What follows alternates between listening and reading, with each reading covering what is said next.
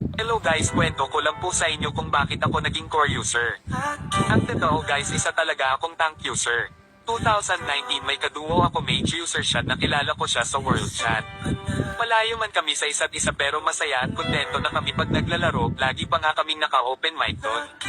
Talagang pag naglalaro kami ang pahinga lang namin nun kapag kakain na minsan pa nga inaabot na kami ng umaga. Tapos minsan nagvi-video call kami ng 7 to 10 hours. Lahat binibigay ko sa kanya, kada sahod ko pa nga nun binibigay ko dream skin niya. Tapos kada buwan may starlight siya sa akin. Kahit ako walang mabili sa sarili ko, masaya ako dahil nakikita ko siyang masaya.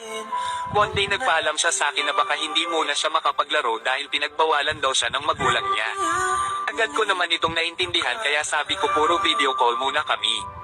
Tung una okay pa, mabilis siya mag-reply at mabilis din niya sagutin mga tawag ko. Pero lumipas ng ilang linggo nararamdaman kong nanlamig na siya sa akin kasi yung mga tawag ko hindi na niya sinasagot, tapos ang ikli pa ng mga reply niya sa akin. Kung mag-usap pa kami 5 to 10 minutes lang kaya lagi niyang sinasabi na busy daw siya.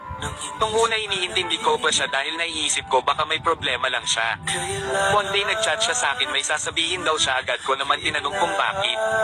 Agad akong nakaramdam ng kaba dahil alam kong makikipag-iwalay na siya sa akin.